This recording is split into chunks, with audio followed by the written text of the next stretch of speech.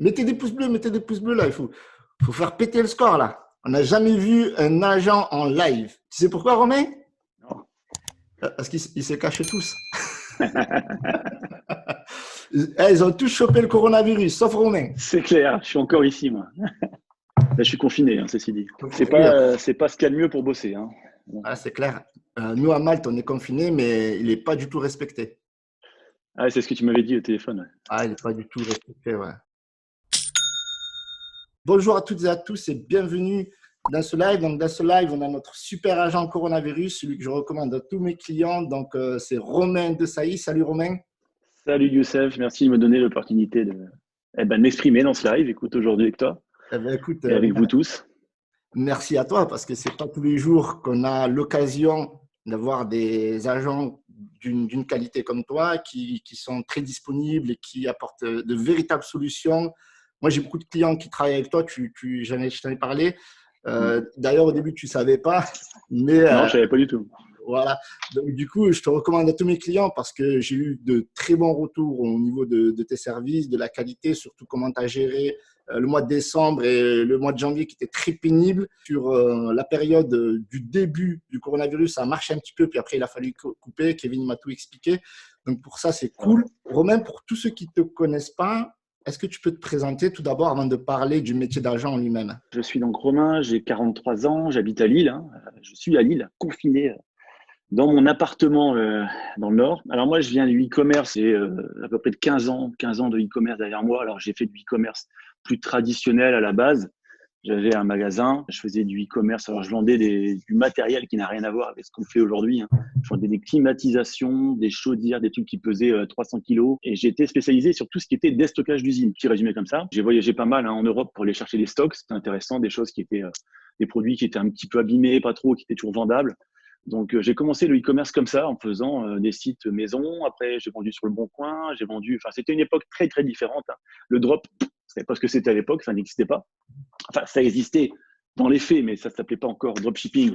Et on ne faisait pas ça comme on le fait aujourd'hui. J'ai beaucoup appris à cette époque-là. Après, j'ai basculé un petit peu dans le textile, l'univers textile, avec celui qui est devenu mon partenaire aujourd'hui, à savoir Sylvain, qui est à Bangkok. On était partis à Bangkok tous les deux en 2000 avec le sac à dos. Et lui, il est resté là-bas. Hein. Donc, effectivement, il a appris son travail d'agent dans le textile, il l'a appris depuis plus de 15 ans. Et en fait, on s'est rendu compte il y a quelques années déjà, en retravaillant ensemble, que un travail d'agent dans le textile ou dans n'importe quoi, ça reste toujours un travail d'agent, c'est-à-dire on va chercher effectivement à faire du sourcing, et puis on lance une production, et puis alors on surveille qu'une production soit bien en cours, et puis on expédie. Ça change pas grand-chose à ce qu'on fait là avec le dropshipping. Alors moi, j'ai fait très très peu d'AliExpress. J'ai rapidement travaillé pour moi-même, pour mon compte. Hein. Donc, avec Sylvain, on s'est associé rapidement. C'est-à-dire, c'est lui qui se chargeait de trouver les produits à ma place. On a monté des réseaux aussi, notamment en Chine, effectivement, pour stocker ces produits dans des dépôts et puis pour les expédier. Et on s'est rendu compte que finalement, depuis un peu plus d'un an, tous les formateurs parlent trouver un agent, sortez du drop classique avec AliExpress, gagner en valeur ajoutée, etc. Et on s'est dit, il y a peut-être une carte à jouer parce que ce qu'on faisait pour moi, et puis aussi pour d'autres copains un peu dans le drop, parce que bon, le drop, c'est une petite famille, il faut quand même le dire, c'est un petit monde. On s'est dit, tiens, finalement, on peut peut-être jouer cette carte-là. Moi, j'étais pas si bon que ça en réalité dans le e-commerce, peut-être parce que dans le e-commerce tel qu'on le pratique maintenant, hein, je me suis dit, finalement, c'est peut-être pas forcément ma place, alors que justement, avec Sylvain, on peut très bien s'associer pour devenir une sorte de duo d'agents. J'ai aussi travaillé quand même dans le textile comme agent, hein. Donc je sais quand même ce que c'est. Et puis, voilà, on a été vite débordé, par contre, vite débordé, beaucoup de demandes. D'accord, justement, on va en Effectivement. parler. Ouais. Ça fait un peu plus d'un an que tu es agent avec Sylvain. Voilà, c'est ça. Il y a une solution. C'est vrai que être agent, ça apporter des solutions à des e-commerçants, surtout quand on n'a pas une âme en soi d'être un e-commerçant, de gérer un business pour nous, mais pour les autres, c'est beaucoup plus facile. C'est un peu mon rôle à moi aussi. Je suis plus marketeur que e-commerçant. La communauté le sait, je le cache pas. Je fais du dropshipping à mes heures perdues ou je fais des études de cas pour aider la communauté à avancer. Donc ça, c'est génial. Aujourd'hui, vous travaillez avec combien de personnes en dropshipping à l'heure actuelle? Tu veux dire combien est-ce qu'on a de clients, c'est ça? Ouais, combien de clients, ouais, votre portefeuille à peu près? Alors, ouais, on a une petite cinquantaine de clients aujourd'hui. Alors, tous ne sont pas forcément des gens qui sont actifs. C'est-à-dire qu'il y a des gens dans ces clients qui nous demandent des sourcings ça va pas forcément plus loin parce qu'entre-temps, ils basculent sur un autre projet, sur un autre produit. Tous sont pas effectivement vraiment actifs en tant que boutique. Là. Ah oui, il y en a certains aussi qui ont des boutiques qui sont saisonnières. Hein. Donc là, par exemple, on a eu quelques boutiques qui se sont plus ou moins terminées parce que bon, l'hiver arrive à sa fin et c'était des produits qui étaient vraiment spécifiquement pour le froid. On a certaines boutiques qui vont rouvrir là bientôt là parce qu'on va taper sur l'été. Donc une petite cinquantaine de clients. Très honnêtement, on aimerait beaucoup en prendre plus. On est quand même un petit peu dépassé, c'est-à-dire notre structure n'est pas non plus énorme pour le moment. Et en fait, c'est vrai que on se rend vraiment compte qu'on a une valeur ajoutée par rapport à d'autres agents, notamment des agents chinois, c'est qu'on est francophone. Et honnêtement, je pense qu'en France, voilà, en France, on est tous un peu fainéants avec les langues, faut quand même le dire. Alors, il y a ça. Alors déjà, première chose, on est fait un peu fainéants avec les langues, donc c'est vrai que ça emmerde un peu tout le monde. Discuter avec un Chinois dans un mauvais anglais, première chose. Mais deuxième chose, dès qu'on rentre dans quelque chose d'un petit peu plus pointu, nous, c'est vrai qu'on fait beaucoup de branding avec nos clients. Quand on rentre dans du branding, c'est quand même un petit peu technique. On a des demandes souvent particulières sur des améliorations de produits, etc. Et ça devient très compliqué quand on doit s'exprimer justement avec quelqu'un qu'on ne connaît pas à distance, hein, donc un agent chinois, qui va nous dire oui, oui, oui. Hein, moi-même, je les connais quelque part. Hein. J'ai bossé aussi en Inde, dans le textile, avec des gens qui nous disent toujours oui, oui, oui, tout va bien. Et en fait, au final, on n'a pas du tout ce qu'on veut. Voilà. Les Chinois disent toujours oui, en tout cas. Ils disent toujours oui à tout et on verra après. Hein. Donc, Exactement. Ouais. c'est de bonne guerre. Hein. C'est pas un reproche que je leur fais. C'est simplement qu'effectivement, voilà, on se rend compte quand même qu'on a eu beaucoup de clients qui ont été déçus par le travail donc avec un agent chinois et qui sont venus vers nous en se disant, mais génial, avec vous, on se comprend, on se parle en français. Wow, c'est quand même très confortable. En fait, il y a plusieurs points qui sont très importants là-dedans. C'est-à-dire que c'est pas seulement la langue, c'est aussi la compréhension de ce que nos clients veulent. Par exemple, en termes de qualité. La qualité, la notion même de qualité d'un produit pour un Chinois ne sera pas du tout la même que pour un Indien. Je peux vous le dire, hein, dans le textile ou d'un mec du Bangladesh ou d'un Français. C'est-à-dire qu'effectivement, moi, j'ai vu déjà des tours, hein, en allant en Inde, par exemple. À l'époque où je bossais dans le textile, on me montrait un produit, mon agent qui est très sympa, hein, il me montrait un produit, un polo Ralph Lauren, à côté un polo de la marque Tex Carrefour. Et pour lui, c'était pareil. Il ne voyait pas de différence. Il dit, bah, super qualité, good quality. Ben non, c'est pas good quality. T'as un polo Ralph Lauren d'à côté, c'est pas la même chose. Et ce qui fait que ce critère de qualité, nous, on comprend ce que les Français, nos clients, donc les vendeurs, hein, les dropshippers français, on sait ce qu'ils attendent. Et ça, ce contrôle de qualité, on le fait à leur place et ça change tout. Parce qu'effectivement, ils peuvent être sereins, c'est-à-dire qu'ils savent très bien que si on fait un sourcing, certes, ça va être peut-être un petit peu plus long. Hein, nous, ça demande quelques jours. C'est un peu plus long qu'un Chinois qui va sortir un prix d'un chapeau comme ça. On ne sait pas ce qui se cache derrière ce prix d'ailleurs. On ne sait pas sa com, on ne sait rien. On ne sait pas quel est le fabricant. Nous, on va vraiment faire un scroll de tous les fabricants possibles. On sait très bien que sur un seul produit, il y a souvent de nombreuses usines qui le fabriquent. Mais on va vraiment essayer de savoir quel est le meilleur ratio qualité-prix pour que nos clients soient satisfaits et que ses propres clients soient satisfaits, etc. On a tout à y gagner.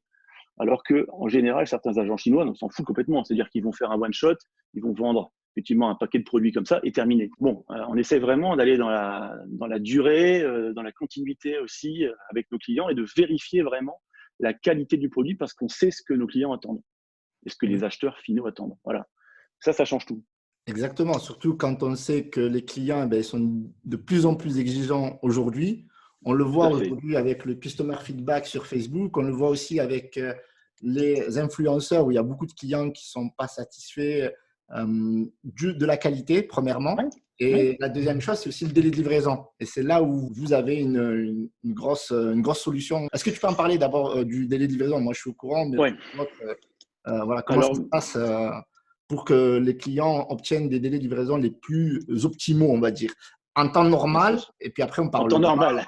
Voilà, en temps normal, d'abord en temps normal. Effectivement, en temps normal, bon, c'est vrai que quand on passe par, si on fait du dropshipping, qu'on débute, en général, on passe par AliExpress principalement. La meilleure option sur AliExpress, c'est AliExpress Standard Shipping, hein, c'est-à-dire que ça prend à peu près 20 jours, à peu près 20 jours, 15-20 jours ouvrés. C'est très long. C'est beaucoup trop long pour la plupart des clients. Nous, on essaie vraiment d'opter toujours, c'est pareil, pour le meilleur ratio qualité-prix sur les transporteurs en fonction du produit, puisque chaque produit, les produits ont des particularités qui fait qu'on ne peut pas non plus sélectionner un seul transporteur, mais en général, on essaye d'être sur une gamme de délai entre 4 et 8 jours.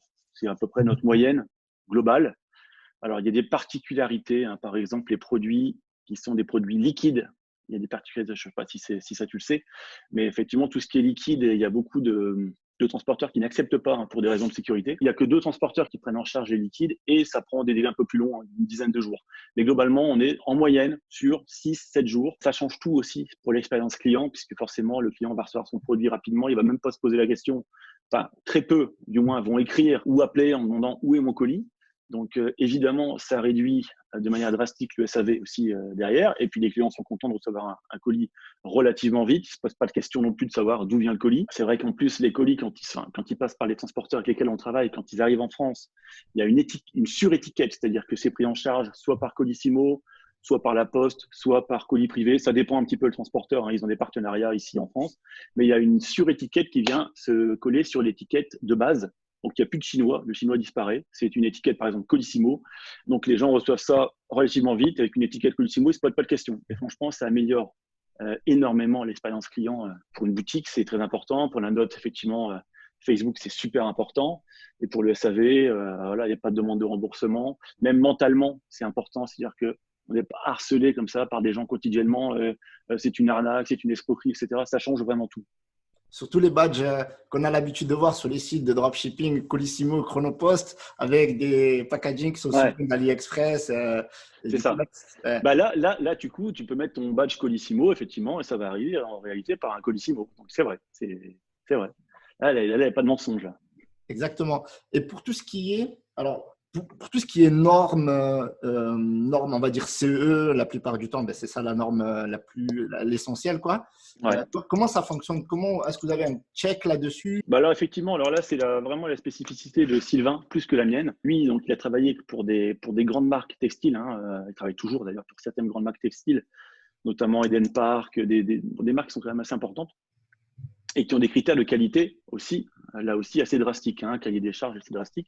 Donc, il est très à même de pouvoir discerner aussi la vérité. Enfin, certaines normes ne le sont pas. Certains certificats sont des fakes en Chine principalement. C'est Je pense que c'est un vrai problème. Donc, il faut vraiment réussir aussi à discerner le vrai du faux là-dedans. Heureusement, nous, on peut aussi s'appuyer sur un réseau. On a des partenaires aussi en Asie qui sont très efficaces, qu'on connaît depuis longtemps, depuis des années, pour la plupart, et qui sont à même aussi de nous dire, bah, attention, ce produit-là, c'est plus sensible, les normes sont pas, c'est un peu touchy. Mais effectivement, alors, il faut savoir qu'on ne vend pas toujours que des produits qui sont CE. Ça dépend vraiment du vendeur, c'est-à-dire de notre client, le dropshipper. Certains s'en foutent complètement. Alors nous, on incite toujours, selon les produits en plus. Alors c'est vrai que si on est sur des produits de soins, des produits de beauté, des produits cosmétiques, etc., franchement, ne travaillez pas si vous n'avez pas une norme CE. Je ne vais pas dire que c'est suicidaire, mais voilà, vous pouvez avoir des gros problèmes. Nous, on s'assure que quand un certificat CE est déjà présent, on s'assure de sa véracité. On s'assure qu'il soit toujours, parce que des fois, il y a certains certificats aussi qui ont une date de péremption. Certains certificats CE, selon la catégorie de produit, c'est 1 an. Des fois, c'est 5 ans. Des fois, ça peut être plus long. Donc, il faut s'assurer que ce certificat soit toujours en cours, qu'il soit donc réel. Et si ce n'est pas le cas, on peut très bien faire une demande de certification. Alors, bien sûr, ça coûte un peu d'argent. Selon le produit, c'est entre 200 et 3 000 euros. Ça dépend vraiment des catégories de produits. Plus on va rentrer dans un produit sensible, un produit par exemple électronique avec une prise sur secteur, bon là, vous voyez, il y a un risque d'incendie. Donc, clairement, là, on est sur une norme CE qui va être beaucoup plus drastique en termes de tests. Et donc, ça peut coûter 1 000 euros, 2 000 euros, 3 000 euros. Mais franchement, ça peut être très intéressant si vous croyez en votre produit ou si votre produit est déjà exploité depuis un moment avant de se caler comme des porcs, excusez-moi l'expression, vraiment, soyez sûr de votre CE, quoi. Ça, c'est très important. C'est ça. Et en termes de produits, ouais. Alors, ça, c'est important. Vous arrivez à trouver tous les produits? Est-ce que c'est long à sourcer? Je veux dire, est-ce que vous vendez tous les types de produits en fait? Est-ce que vous sourcez tous Ouais, on vend tous les types de produits. On n'a pas fait encore de tout ce qui est produit type sextoys, tout ça, on n'a pas fait. Je vous avoue. Je sais qu'il y a un gros marché là-dessus, on n'a pas fait encore, on n'a pas eu l'occasion de le faire pour l'instant, mais sinon, on a vendu déjà quand même tout un panel de produits assez large. Les produits se trouvent assez rapidement. Maintenant, le sourcing, ça dépend surtout de la volonté du dropshipper. Est-ce que le dropshipper veut partir sur un produit de base? Et puis bon, bah là, du coup, allez, en 4, 5, 6 jours, on lui fait un sourcing complet. Alors, notre sourcing n'a rien à voir non plus avec ce que peut faire un agent chinois, on va dire de base. Je dirais que tous ne font pas ça, mais nous, on fait vraiment, on amène un sourcing avec un tableau Excel, avec tous les détails. Les prix sont explosés. Donc, on a vraiment les prix produits, notre marge qui est clairement indiquée, les différentes options de transport avec les différents délais, les différents prix. Donc, c'est vrai que ça permet vraiment de pouvoir avoir plusieurs options comme ça pour le dropshipper. Donc un produit classique, ouais, en 4, 5, 6 jours, on arrive effectivement à faire un sourcing de qualité.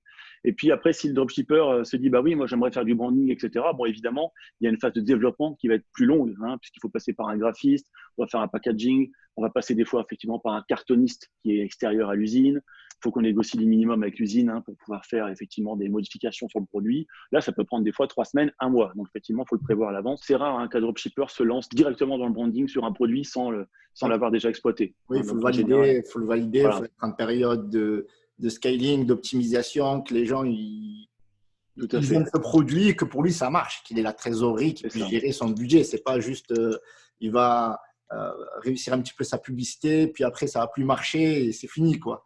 C'est ça. C'est pour ça qu'en général, moi je te coupe, on préfère travailler avec des gens qui ont déjà une boutique active plutôt que des gens qui nous disent ouais, j'ai un projet de faire une boutique sur ce produit-là, pouvez-vous le faire le sourcing?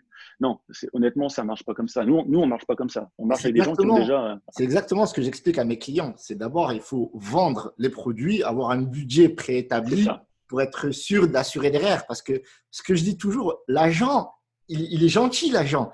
Mais il ne va pas travailler dans le vent, il ne va pas déranger les usines dans le vent. Et il y a des gens, ils ne croient pas. On leur explique qu'il faut avoir un minimum de quantité de vente, avoir quelque chose derrière. Parce que les gens, ils veulent lancer leur business de manière le plus safe, le plus parfait.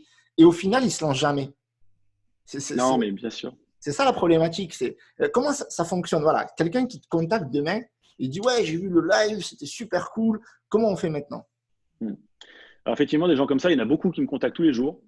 Tous les jours, effectivement, j'en ai qui me contactent notamment sur Facebook. Il faut bien comprendre effectivement le travail d'un agent. C'est vrai que ça fait un peu plus d'1 an que la plupart des formateurs insistent sur l'importance d'avoir un agent. Et c'est vrai que certaines personnes qui débutent dans le drop ont tendance à vouloir brûler un peu les étapes.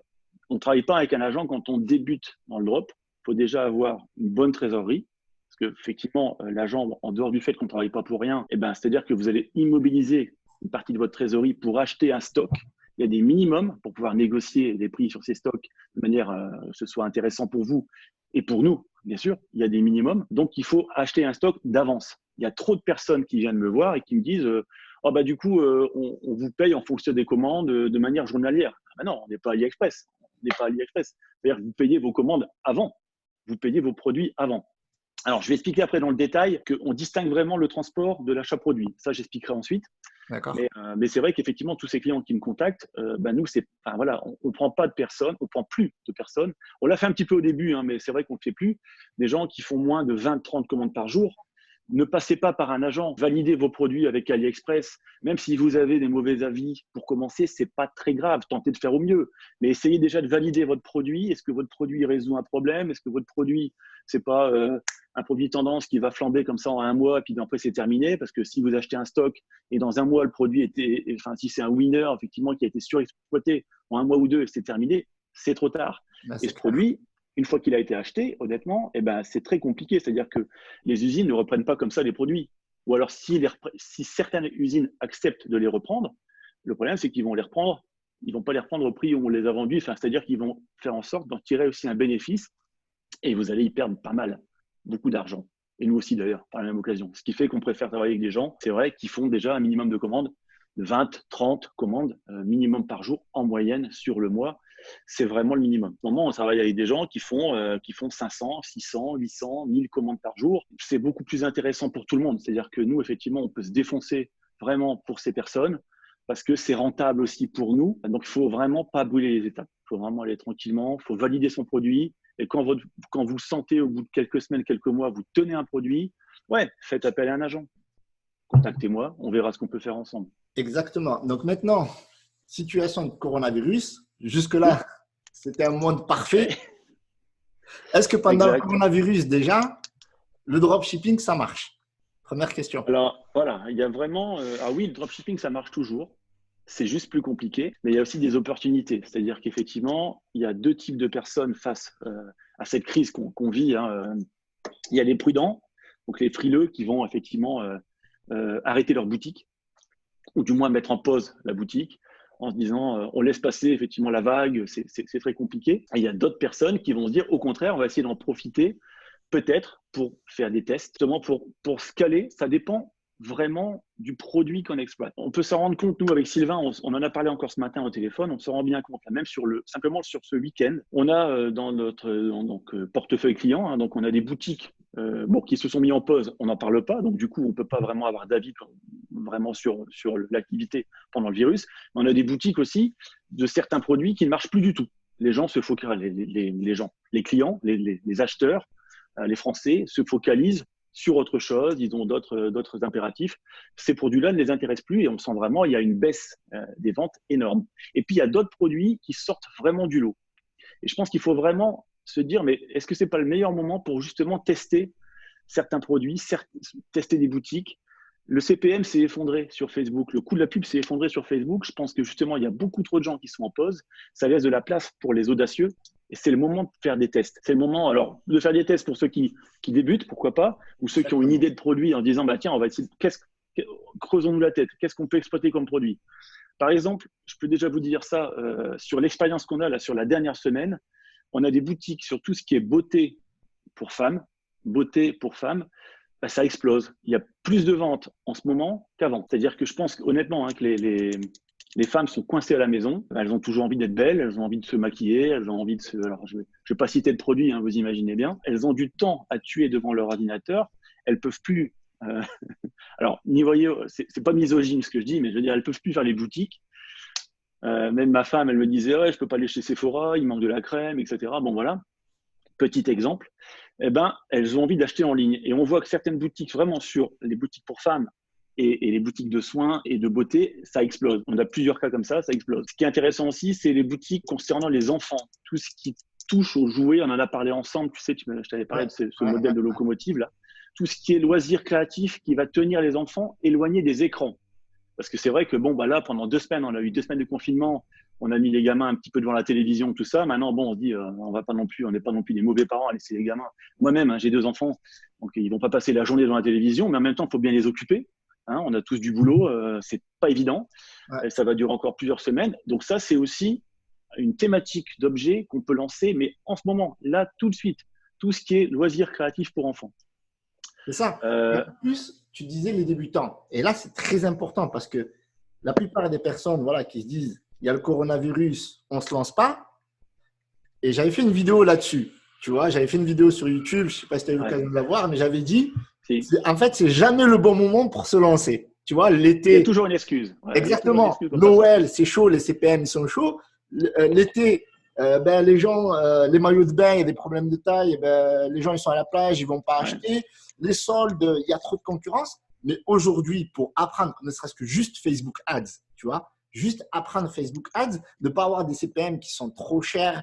Tu vois, ils font de la publicité, il n'y a pas de visiteurs parce qu'il y a de la concurrence, ça coûte trop cher, il y a peu de trafic, peu de ventes.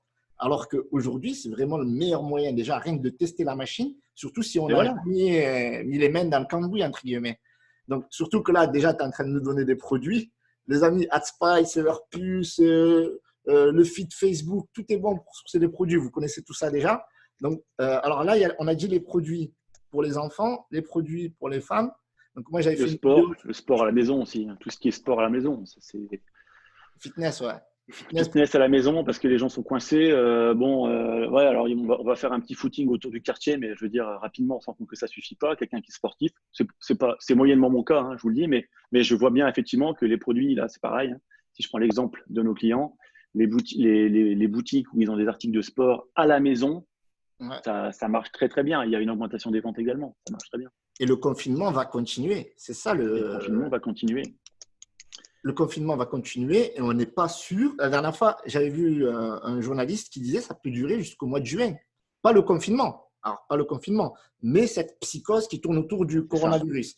Et par psychose, je te laisse développer le sujet, mais par la psychose, c'est les gens qui n'entreprennent plus. Tu vois, c'est en dehors du dropshipping. On parle de tous les business. Bien sûr. Surtout le dropshipping, parce que nous, on est en relation directe avec la Chine. Et tu travailles aussi avec d'autres pays. Donc, parle-nous d'abord de la psychose et des pays avec lesquels vous pouvez travailler aussi. Oui, alors effectivement, on travaille, attention, dans le dropshipping, on travaille principalement avec la Chine, c'est vrai. Mais ce qui est intéressant, et là, c'est aussi cette valeur ajoutée qu'on a, c'est que On peut très bien sourcer des produits. Tout le monde est toujours focalisé sur la Chine, mais on a aussi des très bons produits à sourcer, que ce soit en Thaïlande, par exemple là où vit Sylvain. Pour ceux qui connaissent la Thaïlande, et je suis persuadé qu'il y a pas mal de gens dans le drop, surtout dans le drop, il y a beaucoup de gens qui ont vécu en Thaïlande, qui ont passé du temps, etc. Rien que le marché de Chatuchak, c'est l'un des plus grands marchés d'Asie. Il suffit de s'y balader une demi-journée. On peut déjà identifier tout un tas de produits. On trouve donc des agents sur place aussi ou des personnes qui peuvent être des fournisseurs sur place. Mais par exemple, Sylvain connaît également bien le Vietnam. C'est des marchés, enfin des pays auxquels on pense pas forcément quand on fait du drop, mais ce sont des marchés émergents pour le drop qui sont très intéressants à exploiter. Alors je dis pas que c'est facile. Il faut déjà avoir les reins un peu solides, il faut avoir le temps aussi. Mais il y a vraiment des choses intéressantes à faire également là-bas. Alors après, excuse-moi, tu me disais revenir sur gérer la psychose, c'est ça? La psychose. Pardon, c'était ça ta première question. Ouais. Oui, non, mais Gérer la psychose, effectivement. Je crois qu'il faut être serein, c'est-à-dire que là, on est vraiment sur le pic d'une crise qui va durer encore un moment, c'est clair. Alors c'est vrai que je pense que c'est plutôt gérer l'éthique. C'est-à-dire que je parlais encore à un client ce matin qui me disait oui, mais en dehors de la psychose, simplement, il me disait ouais, mais est-ce que c'est pas un peu dégueulasse de vendre, de profiter entre guillemets, de vendre des produits à des gens en sachant très bien qu'ils vont pas être livrés avant, parce que même nous dans les transporteurs qui sont des transporteurs express, pour tout un tas de raisons que je pourrais développer après, il y a forcément des retards. Donc effectivement, je suis en train de vous conseiller de vendre des produits adaptés au confinement, en sachant que peut-être que si demain vous allez vous renseigner sur ce produit, vous allez lancer une boutique la semaine prochaine, peut-être que vos clients seront livrés finalement quand on arrivera déjà à la fin du confinement. Alors ouais, il y a toujours effectivement ce côté éthique. Et est-ce qu'on doit profiter de la psychose générale dans ce pays? C'est des questions qu'on peut se poser. Maintenant, je pense qu'il faut simplement toujours répondre à un besoin. Notre métier, il est là. C'est-à-dire que on doit solutionner un problème. Le problème qu'ont les gens en ce moment, par exemple, si je repense aux enfants, c'est comment occuper les enfants. On propose quelque chose. Si vous ne le vendez pas, vous, ce produit-là, quelqu'un d'autre le fera à votre place. Après, c'est pareil, c'est-à-dire qu'on a aussi une très, très bonne excuse en ce moment avec les délais de transport. Tous les Français sont au courant. On a une bien meilleure excuse encore que les gilets jaunes. C'est-à-dire que oui, c'est-à-dire qu'à partir du moment où vous pouvez prouver que le colis, vous l'avez expédié, nous, dans notre cas, les colis, alors ils sont entreposés à Ningbo, hein, c'est un dépôt qui se trouve à 120 km de Shanghai. C'est traité dans les 24 heures après la commande. C'est automatisé, tout, le colis est traité. On peut vous donner une preuve d'envoi. Hein, c'est pas du AliExpress où c'est très compliqué. Là, on vous donne un bordereau d'envoi. Vous pouvez prouver à votre client, vous êtes de bonne foi, vous avez expédié le colis le plus vite possible. Et nous, c'est vrai que c'est aussi, je ne sais pas si c'est une valeur ajoutée, parce que beaucoup d'agents essayent de le faire aussi au mieux, mais certains ne le font pas, ou on va attendre d'avoir beaucoup de commandes pour le faire. Nous, on expédie dans les 24 heures, toujours, sauf bien sûr le dimanche. Voilà, alors après, effectivement, les colis vont être bloqués ici en France. Je ne sais pas si vous avez entendu parler effectivement des retards en douane, c'est-à-dire qu'il y a un petit peu comme partout, les douanes, il y a du personnel et il y a à peu près 50% du personnel qui manque. C'est-à-dire qu'il y a des gens qui ont pris leur droit de retrait, il y a des gens effectivement qui sont en arrêt maladie parce qu'ils doivent s'occuper de leurs enfants à la maison. Les douaniers sont comme tous les Français, hein, donc il y a beaucoup moins de personnel et il y a toujours autant de colis qui arrivent malgré tout. Surtout après cette vague de colis qui était bloquée en Chine, qui est arrivée là ensuite, ça les a un peu submergés également. Donc au lieu qu'un colis soit dédouané en une journée, ça peut prendre 3, 4, 5 jours. C'est vrai.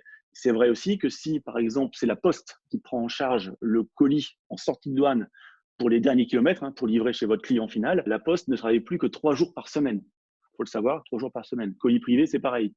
Donc, ça limite un petit peu, enfin, je veux dire, bien sûr, ça allonge le délai. Alors, c'est vrai que c'est une question très pertinente qui m'a posée ce matin un de mes clients. Est-ce que c'est éthique de faire ça? J'ai envie de dire, nous, ce qu'on recommande en général, c'est de créer une séquence email pour bien expliquer la situation.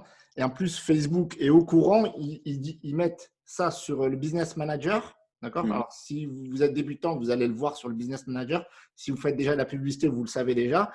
Comme quoi, Facebook vous demande juste de prévenir vos clients que les avis, enfin le customer feedback, en tout cas, quand ils vont faire l'enquête de satisfaction pour savoir s'ils ont bien reçu le produit, va être retardé. Il suffit juste d'être transparent. C'est-à-dire que au début, vous pouvez dire expédier. Moi, ce que je fais toujours, c'est expédier sous 2 à 5 jours. Et puis après, je leur envoie et je leur explique toute la situation. Et puis après, il y a un flow d'email que vous pouvez gérer avec Klaviyo ou Mailchimp, enfin l'autorépondeur que vous utilisez, pour leur expliquer la situation. Et les gens, ils sont plutôt patients parce que de toute façon, ils n'ont plus le choix. Ils comprennent, chez eux. Clairement. Clairement, enfin, je veux dire, on a quand même l'expérience sur les centaines, voire les milliers de colis là, qui sont en ce moment en attente, qui ne sont pas encore livrés, etc. Nous, on se rend compte aussi quand même sur le SAV de ces boutiques, hein, de nos clients, la plupart des gens comprennent. Vous pouvez toujours avoir affaire à deux, trois personnes qui sont assez extrêmes, qui vont crier à l'arnaque, etc. Mais remboursez-les. Vous ne cassez pas la tête, vous les remboursez, vous les remboursez.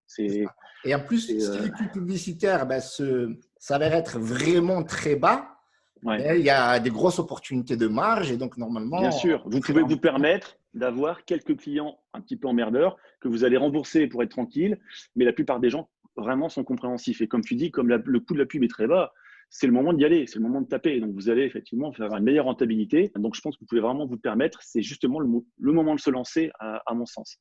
Il faut bien se rendre compte hein, que des gens qui mettent en pause leur boutique, il y en a plein, plein. C'est-à-dire que sur Facebook, comme tu le sais, Youssef, hein, comme vous le savez en général, hein, c'est des espaces qui sont fixes, c'est-à-dire qu'effectivement, c'est un système d'enchères. Donc, moins il y a de personnes qui vont postuler pour apparaître sur ces enchères, pour être visibles, et moins ça va coûter cher. Donc, vous allez non seulement avoir moins de concurrents dans votre domaine d'activité, dans votre thématique de produit, et vous allez avoir une pub qui coûte moins cher. Et lancez-vous. Enfin, je ne peux pas comprendre qu'on mette sa boutique en pause. Franchement, je ne peux pas comprendre, même s'il y a des difficultés derrière. Effectivement, il y aura peut-être un peu plus de SAV, c'est vrai. Comme tu dis, il faut préparer une séquence d'emails claire. Il ne faut pas laisser les gens dans le flou. C'est pas, je pense que l'éthique, il est là. C'est-à-dire qu'effectivement, ce n'est pas une question d'éthique de vendre ou pas dans cette période, puisque vous forcez la main à personne. Vous proposez un produit qui va solutionner un problème pour des gens qui sont confinés à la maison. Alors, ça peut être effectivement des produits de beauté pour une femme qui veut continuer à se sentir belle parce qu'il n'y a pas de raison, quelque part, ou effectivement pour des enfants ou quelqu'un qui veut se remettre au sport, mais en même temps,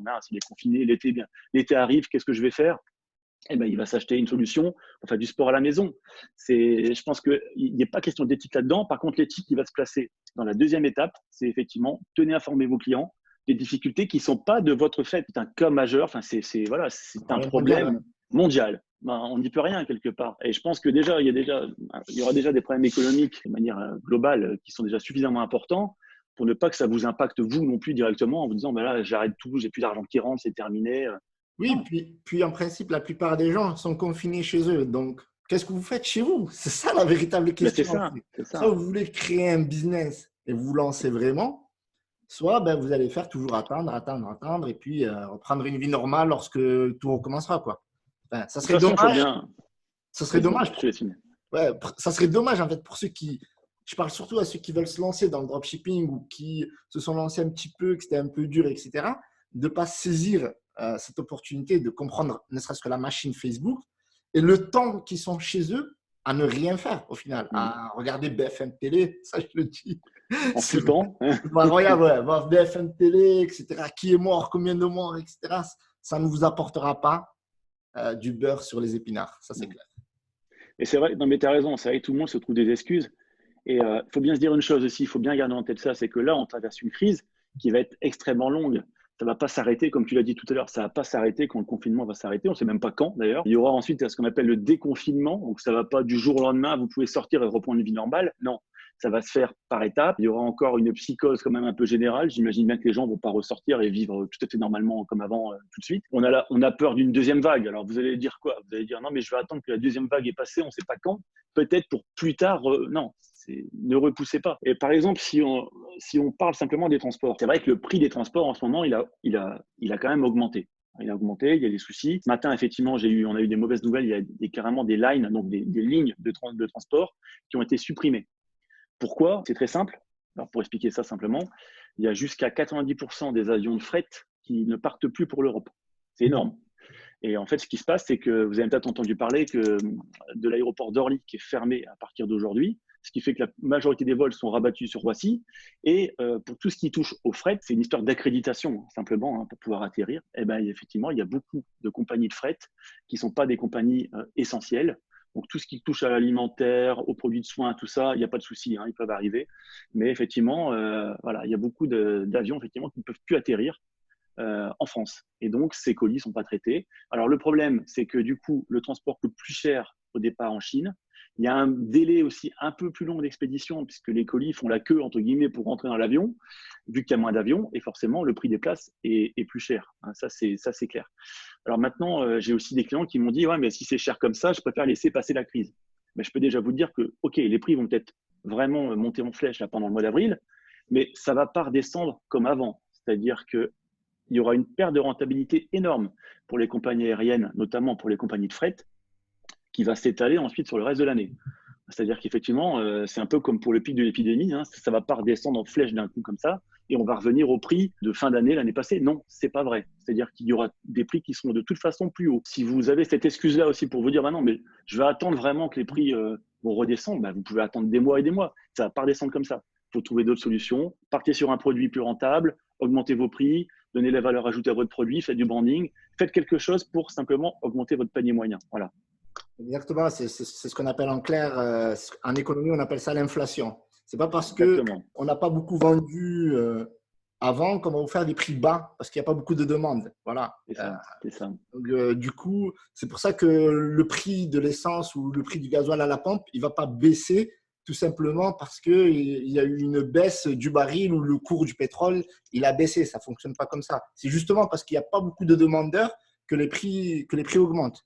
Exactement. Donc, ce qu'on va faire, Romain, si tu le veux bien, on va répondre. Ouais. J'ai vu des questions passer. Alors, il y a des questions. Alors, il y a Ali qui a dit « Monsieur l'agent ». Ah, tiens, Monsieur l'agent, oh la vache, ça me donne un coup de jeu là d'un coup, tu vois.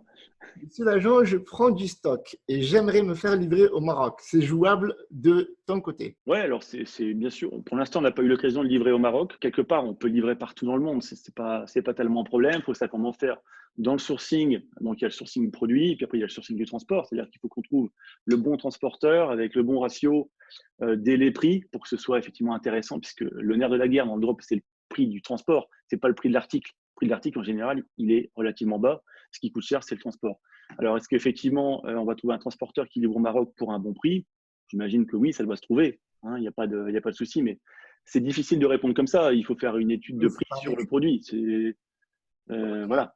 Mais oui, dans l'absolu, oui, Ali, on peut livrer au Maroc. Dimitri, comment prendre contact avec vous? Vous pouvez me trouver sur Facebook. En général, les gens me contactent sur Facebook. Ok, donc ce que je vais Romain Desailly, et voilà, tu peux partager ensuite peut-être mon profil. Je vais taguer. Alors, du coup, on peut te contacter sur Facebook, c'est ça? Ouais. Okay. Alors, je tiens juste à préciser, c'est que en ce moment, contactez quand même si vous faites des ventes. Contactez que si vous faites des ventes. Voilà. Déjà, contactez-nous effectivement si vous faites déjà des ventes. Si effectivement vous avez au moins 20-30 ventes par jour. Certaines personnes, des fois, le prennent mal en disant ouais, mais bon, moi il faut avoir confiance, etc. On va les faire ces ventes. Oui, non, mais d'accord. Mais le problème, c'est qu'on a énormément de gens qui nous contactent et c'est vrai qu'on ne peut pas prendre tout le monde. On n'est pas suffisamment nombreux et on aime. Enfin, ce qu'on veut garantir surtout, c'est une rigueur et un sérieux dans notre travail avec tous nos clients. C'est pas prendre un maximum de gens et faire le maximum d'argent en se disant on s'en fout, on verra bien. Non, c'est pas ça qui nous intéresse. C'est vraiment d'avoir un vrai partenariat gagnant-gagnant avec vous. Alors, il y a Nordine, ça semble de sens, il en a parlé, mais vous vérifiez la qualité de la marchandise, point d'interrogation? Oui, on vérifie alors, bien sûr, on vérifie la qualité de la marchandise, toujours. Et idéalement, quand on a le temps, on envoie un sample, enfin un échantillon en fait, du produit à notre client, donc au dropshipper en question, pour qu'il puisse apprécier la qualité du produit. Ça, c'est quand on a le temps. Et si on n'a pas le temps, on teste le produit, on fait des vidéos, on essaye de faire un maximum de photos du produit, etc., pour vraiment, effectivement, que la personne puisse voir à quoi ça ressemble. On fait systématiquement aussi des vidéos du process d'emballage, c'est-à-dire effectivement, ça c'est très important. Il y a des agents des fois qui font envoyer les colis de manière un peu catastrophique. Nous, on protège vraiment le produit, donc on filme le produit, comment il est emballé, etc. Voilà. Donc oui, on vérifie la qualité des produits avant de les expédier. Justement, il y a Frédéric. Avant de vous les vendre. Yes. Justement, Frédéric pose la question, quel prix pour le branding d'un produit de grande consommation? Donc j'imagine que ça, c'est chaque produit et son branding. Alors, chaque produit. Alors, pour faire du branding, effectivement, c'est pareil, c'est difficile de répondre comme ça. C'est-à-dire qu'en fait, il faut déjà, en général, pour faire du branding, il y a toujours ce qu'on appelle un MOQ, donc un minimum quantity orders, qui effectivement, c'est un minimum de quantité pour que l'usine qui fabrique accepte de faire des modifications sur son produit. Et en général, c'est pas si cher. C'est vrai que ne vous gênez pas pour faire du branding, c'est vraiment ça qui va augmenter vos ventes, qui va vous différencier sur Facebook, qui va résoudre des problèmes aussi. Si jamais, par exemple, même par rapport à PayPal, si vous avez des blocages sur PayPal, des blocages sur Facebook, si vous avez votre propre marque, si vous faites du branding, si vous déposez votre marque à l'INPI, ça c'est très intéressant et c'est très important. C'est ça qui va vraiment vous sortir du jeu et vous ne serez plus un dropshipper classique. On parlera même plus de dropshipping quelque part, même si dans les faits, ça restera ça. Le branding, ça coûte un petit peu d'argent, mais c'est très, très peu cher. Ça dépend plutôt des quantités que vous êtes prêt à acheter en stock. Mohamed, après combien de temps d'activité acceptez-vous un dropshipper qui fait 20 commandes minimum par jour? Bon, on s'en fout. C'est à partir du moment où il fait suffisamment de ventes quelque part. On a eu affaire à des gens qui étaient débutants et qui ont trouvé le bon produit, qui était naturellement bon en marketing, qui étaient suffisamment motivés et impliqués. On a des gens qui avaient 2-3 mois d'activité et qui ont fait des super chiffres. Je dirais c'est plus vous. Quelle est votre motivation? Quel est votre objectif aussi quand vous faites du drop? Est-ce que vous voulez avoir une activité pérenne? Est-ce que c'est juste comme ça? Voilà, quelle est votre implication? Donc non, ça peu importe. On n'attend pas de quelqu'un qui ait 5 ans d'expérience pour travailler avec nous, il n'y a pas de problème. Exactement. Simplement une quantité de produits vendus pour que le produit soit déjà testé en amont. Alors, délai de livraison actuellement, Nordine. Alors actuellement, Question piège. Question ouais, piège. question piège, c'est difficile à répondre parce qu'effectivement tout le monde nous dit ça. Je dirais que pour des livraisons, donc les livraisons qui habituellement mettent entre 4 et 8 jours à peu près, on est quasiment sur 15 jours. Voilà. C'est pas mal. C'est pas si mal. J'aimerais dire même 20 jours, même 15-20 jours, c'est pas mal. Moi, j'ai vendu pendant plusieurs années, pour la petite histoire, j'ai vendu sur AliExpress sans travailler avec d'argent. Et voilà, après, tu as du SAV. Mais quand tu as du branding, tu as de la qualité derrière aussi du produit, les gens, ils ne se plaignent pas. Non, mais clairement. C'est pour ça, c'est améliorer votre expérience client. Il y a des choses toutes bêtes à faire. Enfin, je pourrais détailler ça après, effectivement. On pourra en parler. Enfin, je pourrais en parler encore pendant des heures. Des heures, mais. Ouais, tout à fait. Voilà, je sais qu'on est un peu limité en temps, mais il y a 15 jours, les amis, même en ce moment, même en situation de confinement, c'est ce qu'il faut compter à peu près. 15. Alors, j'insiste aussi sur ça dépend du produit. Il y a des produits, par exemple, les produits liquides qui mettent 10 à 12 jours habituellement et aujourd'hui, ils mettent 20 jours, évidemment. Ouais, c'est clair. Alors, Jawed qui s'interroge sur le shipping de la Thaïlande. Comment se passe la livraison depuis la Thaïlande? Alors, ça dépend de. Voilà, il y a aussi des transporteurs qui travaillent, comme dans tous les pays. Il y a des transporteurs qui travaillent depuis la Thaïlande. Alors, le problème en Thaïlande, c'est que le prix d'achat du produit peut être aussi un peu plus élevé qu'en Chine. La Chine, c'est quand même un pays qui est assez imbattable. Ça dépend vraiment quel est le produit. Il faut que ce soit un produit un peu plus unique. Vous n'allez pas chercher un produit que vous allez trouver en Chine, vous n'allez pas le chercher en Thaïlande, c'est stupide. Par contre, la Thaïlande a tout un tas de produits qui sont très intéressants, notamment tout ce qui est, par exemple, artisanat. Vous trouvez de l'artisanat en Thaïlande, un petit peu comme au Maroc, par exemple, on trouve de l'artisanat qu'on ne trouve pas ailleurs. Si je reprends l'exemple du Maroc, il y a des produits des fois insoupçonnés qu'on peut trouver qui sont très intéressants et que vous ne trouverez pas ailleurs. Ça, c'est vraiment ce qu'il faut avoir en tête quand vous allez chercher un produit ailleurs qu'en Chine. Ne cherchez pas le produit lambda que tout le monde veut vendre. Vous n'allez pas le trouver moins cher en Thaïlande ou au Vietnam, non. Ouais, c'est clair. Moi, j'ai un client pour l'anecdote qui a beaucoup travaillé avec la Thaïlande, l'Inde, pardon. L'Inde. Il travaillait avec des chamans et alors il faisait des colliers spéciaux. Et il a fait un branding là-dessus. Et là, le mec, il est hors concurrence, quoi. Hors concurrence. Mais complètement. Quelle concurrence il a? Il n'en a pas. Une fois qu'il a développé vraiment sa marque autour de ça. Et en plus, l'argument de vente, il est puissant parce que le produit est d'origine d'Inde, il vient d'un chaman. Donc, les délais de livraison, les gens, ils ne se posent même plus de questions. Bien sûr. Voilà, par exemple, si je repense à la Thaïlande, quand on pense Thaïlande, en général, on va penser aussi au massage thaïlandais. Alors, je ne parle pas des massages coquins et tout ça, je parle vraiment de l'aspect soins, etc. Il y a tout un tas de produits en Thaïlande, des produits de soins, des crèmes de massage, des trucs qui sont extrêmement intéressantes avec un vrai intérêt, c'est-à-dire presque médicinal, avec certaines plantes, avec certains principes actifs qui sont utilisés, qui sont super intéressants et qui peuvent être vraiment brandés de manière très, très intelligente et qui peuvent être vendus. Seulement, il faut se creuser un petit peu la tête. Il faut, pourquoi pas, aller sur place. Ou alors, il faut effectivement… nous, on ne va pas commencer à chercher les produits non plus pour les gens. C'est-à-dire qu'en général, les gens nous disent, je vous demande de faire du sourcing sur ce produit-là. On n'est pas encore arrivé au stade où on propose nous-mêmes des produits. Mais ça viendra, ça va venir ensuite. D'accord.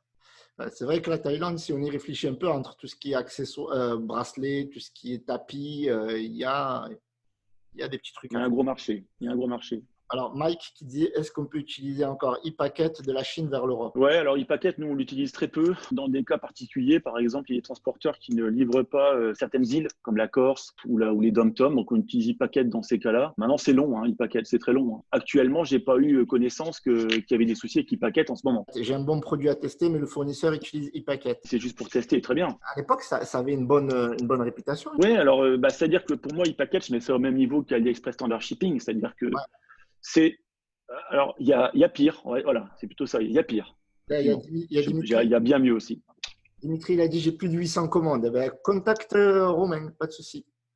Ça, je pense que, ben justement, il faisait suivre, je crois, son commentaire d'auparavant qui voulait te contacter. Ouais, très bien. Bah, écoute, contacte-moi, Dimitri. Alors, Julien, dans l'urgence, il doit y avoir moins de douaniers en service aussi. Oui, il en a parlé. Ouais. Il en a parlé tout à l'heure. Enfin, hashtag Bien. humour. Oui, non, mais c'est sérieux aussi, Julien. Alors, est-ce que vous pouvez dispatcher entre différents transporteurs, la Poste, Suisse Post, PostNL, etc.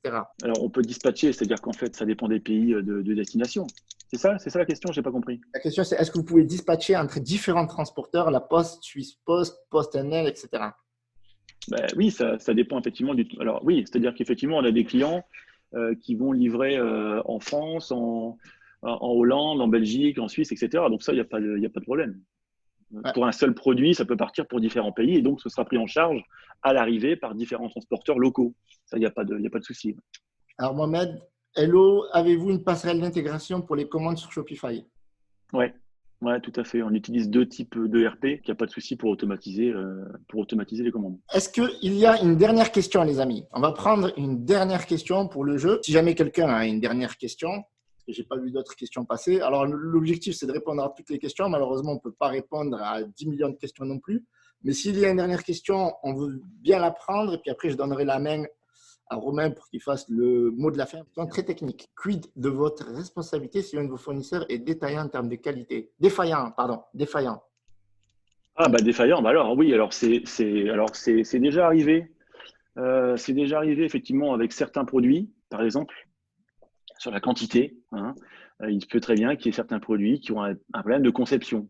Bon, bah, dans ces cas-là, effectivement, à l'arrivée, le client se plaint en disant bah, mon produit est cassé ou il ne fonctionne pas. Dans ces cas-là, nous, on assume. Effectivement, on va forcément soit rembourser, en général, on fait un avoir, ou alors on échange le produit s'il y a un problème de conception. Maintenant, on a besoin d'avoir quand même comment dire, un protocole assez strict. C'est-à-dire qu'on demande quand même à ce que les clients qui ont reçu ce produit cassé prennent quelques photos, ils expliquent un petit peu finalement ce qui s'est passé pour que nous-mêmes on puisse se retourner contre le fabricant. Voilà. Mais oui, bien sûr, dans ces cas-là, on assume. Si un produit est défaillant, c'est qu'il y a un gros souci. Alors, soit si c'est vraiment un problème identifié qu'on n'avait pas vu du tout, on refait partir le stock, si c'est possible, à l'usine pour se refaire livrer un stock de produits, ou alors on change d'usine, mais oui, bien sûr, on va assumer. Ça, c'est notre rôle. Hein. Ok. De toute façon, il n'y a pas de problème avec la qualité, vous inquiétez pas. Vendez d'abord. On la vérifie, on la vérifie de toute façon. Exactement, La qualité, en amont. vous l'expliquez. Alors, Rémi qui dit salut Romain, je me permettrai de t'écrire, j'ai plus de 100 commandes. Ben, vas-y, fonce, 100 commandes par jour. Alors, le contact de Romain, je vous donne à la fin du live, donc ne vous inquiétez pas. Alors, j'ai une vingtaine de variantes. Est-ce que c'est possible de gérer ça? Alors, voilà, c'est la dernière question. Très intéressant comme question, ça. Les variantes. Si vous pouvez, quand vous pensez dropshipping, éliminer les variantes, ou alors le moins possible. Parce que si vous passez par un agent, vous allez devoir acheter un stock et pour chaque variante, il y aura également un minimum de commandes. Donc, vous allez immobiliser une trésorerie très importante. Si vous nous dites, par exemple, j'ai 20 variantes, et moi, je vais vous dire, eh ben, très bien, le fabricant, par exemple, les minimums de commandes, c'est 200 pièces par variante. Vous voyez, si vous faites le calcul comme ça fait beaucoup à acheter. Et le problème, effectivement, c'est que dans ces cas-là, concentrez-vous sur votre 80-20. Sur les 20 variantes, quelles sont les 5 variantes qui se vendent le plus? Et vous allez vendre ces 5 variantes qui se vendent le plus avec un agent. Voilà, vous allez faire du stock sur ces variantes-là, celles qui sont le plus rentables pour vous. Et les autres, vous continuez à les vendre avec AliExpress ou je ne sais quoi. Ou alors, vous les éliminez complètement. Ça dépend vraiment du produit. Mais essayez, si vous le pouvez, quand vous avez un produit, quand vous pensez votre boutique ou quand vous pensez à un produit, le moins de variantes possible. Ça ne sert à rien d'avoir 36 000 couleurs, etc. Vous ne pourrez pas travailler comme ça. Ou alors à moins d'avoir une trésorerie vraiment absolument énorme, mais c'est en général difficile. D'avance, déjà, quand on forme les gens, on leur recommande d'avoir 2-3 variantes grand maximum. Et puis après, même si au début, on met plusieurs variantes, on fait de l'A/B testing et on voit Ouais, vous faites, voilà, tout à fait, tout à fait. lesquelles de variantes qui fonctionnent. Et puis après, on se focalise que sur les variantes qui marchent. Ça ne sert à rien d'avoir… Mmh. Voilà, donc cette interview touche à sa fin. Alors, je vous remercie d'avoir regardé cette vidéo. Donc, si cette vidéo elle est sur YouTube, abonnez-vous, likez dans le groupe. Likez les amis, c'est la première fois que vous voyez un agent en direct, ce n'est pas tous les jours. Donc, merci à toi Romain pour cette interview. Merci à toi Youssef. Toutes les informations de qualité. Ce n'est pas fini, je te laisse le mot de la fin. Et Ouais. tu dis ce qui te passe par la tête et comment te contacter, par exemple. Si tu as un conseil par rapport à ton expérience que tu n'as pas eu l'occasion, qu'on n'a pas eu l'occasion de voir, à recommander aux dropshippers qui se lancent ou qui font du chiffre. Voilà, le mot est à toi. Moi, c'est fini. Merci Romain. Très bien. Bah, écoutez, alors déjà, première chose, je vais quand même vous dire une chose aussi, c'est que en ce moment, avec cette crise un peu du virus, on a quand même énormément de travail. Ça, vous pouvez l'imaginer. On a lancé beaucoup de sourcing aussi avec beaucoup de clients. Donc, on ne pourra pas prendre tout le monde. C'est-à-dire que s'il y a 25 personnes qui arrivent comme ça demain et qui veulent travailler avec nous, on va devoir faire ça progressivement. On ne pourra pas prendre tout le monde d'un coup. Ça, c'est pour le côté un petit peu désagréable. Mais vous inquiétez pas, c'est quelque chose qu'on pourra faire là dans les mois à venir. De toute façon, il faut bien penser votre business. Pensez votre business avant de vous lancer. Et maintenant, je dirais que ce qui est plus important quand vous travaillez avec un agent, vraiment, c'est même en amont de penser à votre branding. Quel est votre branding? Quelle valeur ajoutée vous allez donner à votre produit? C'est vraiment ça qui est essentiel. Et nous, on s'en rend compte dans les clients qu'on a, à quel point certains clients sont arrivés chez nous en faisant des ventes, alors 30, 40 par jour, certes, d'un produit quelconque. Et puis, en quelques semaines, on les a accompagnés, on les a tenus par la main pour faire un beau branding, faire un packaging intéressant, avoir un nom de marque, avoir une identité visuelle. Et puis, ces ventes, je pense encore à un client, là, qui a encore fait 18 000 € hier sur un produit, franchement, sur lequel, quand il a débuté, c'était pas du tout les mêmes chiffres.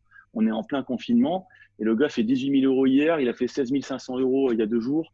On est sur des très, très bons chiffres parce qu'il a un produit qui est vraiment abouti. Et je pense que si vous avez en tête, effectivement, de passer par un agent, c'est pas pour faire un coup comme ça en disant, allez, je vais faire un coup sur un produit comme ça pendant un mois. Non, essayez vraiment d'avoir une vision sur le long terme. Nous, on est là pour vous aider. On espère aussi pouvoir vous accompagner aussi sur les stratégies e-commerce, sur les stratégies marketing globales. Hein, c'est-à-dire que voilà, on essaie d'avoir une offre un peu globale comme ça. Et puis, comment finir là-dessus? Comment finir là-dessus, Youssef? Non, mais voilà, Lâchez rien, lâchez rien. Faut rien lâcher. C'est vraiment la période idéale pour faire des tests. Tester. Alors, vous pouvez vous former. C'est vrai que vous êtes à la maison, formez-vous. Je pense que Youssef, hein, voilà, tu es bien placé aussi pour savoir que la formation, c'est indispensable. Formez-vous, mais mettez en pratique. Arrêtez d'acheter des formations et puis de toujours trouver des excuses. Non, c'est le moment de vous lancer. Il y a de moins en moins de concurrence. Plus les jours passent, plus il y a des gens qui arrêtent leur boutique, qui mettent leur boutique en pause. C'est le moment de vous lancer. Vraiment, c'est ce qu'il faut retenir. Même si le prix du transport augmente, même si les difficultés augmentent, c'est pas grave. Il y aura toujours des problèmes. Comme tu disais tout à l'heure, il y aura toujours une raison de ne pas se lancer. Il faut vraiment y aller, il faut foncer. Voilà, c'est tout ce que j'ai à dire pour terminer.